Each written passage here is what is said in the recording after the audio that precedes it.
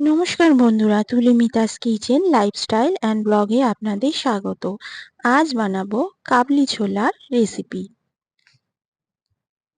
এর জন্য নিয়েছি পেঁয়াজ কুচো, আদা পেঁয়াজ রসুন বাটা, গোটা জিরে, ধনেপাতা, শুকনো লঙ্কা।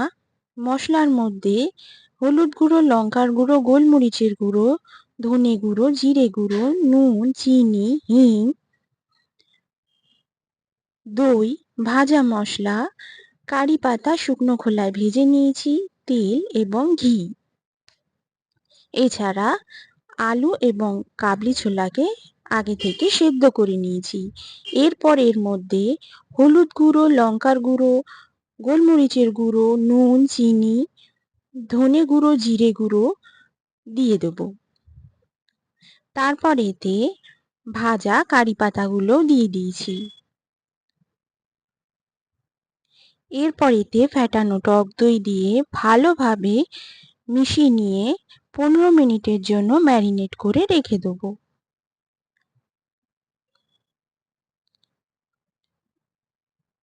এরপর গ্যাস অন করে কড়াই বসিয়ে দিয়েছি। কড়াই গরম হয়ে গেলে এতে সাদা তেল দিয়ে দেবো।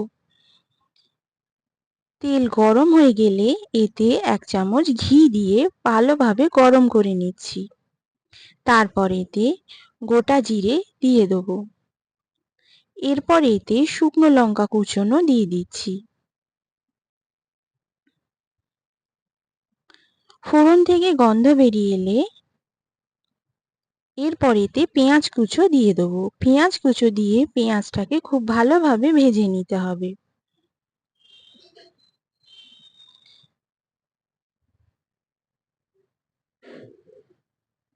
পেঁয়াজ ভাজতে ভাজতে সামান্য নরম হয়ে এলে এতে পেঁয়াজ, আদা এবং রসুন বাটা দিয়ে ভালোভাবে ভেজে নেব। যতক্ষণ না কাঁচা গন্ধ চলে যাচ্ছে ভালোভাবে ভেজে নিতে হবে। পেঁয়াজের রং সামান্য চেঞ্জ হয়ে গেলে এতে আগে থেকে ম্যারিনেট করা আলু এবং ছোলা দিয়ে দিচ্ছি। আলু ছোলা দিয়ে সামান্য জল দিয়ে কষিয়ে নেব। তারপর এতে হিঙের গুঁড়ো দিয়ে দিচ্ছি। এরপর ভালোভাবে ফুটতে দেব। এরপর এতে ধনেপাতা দিয়ে দিচ্ছি।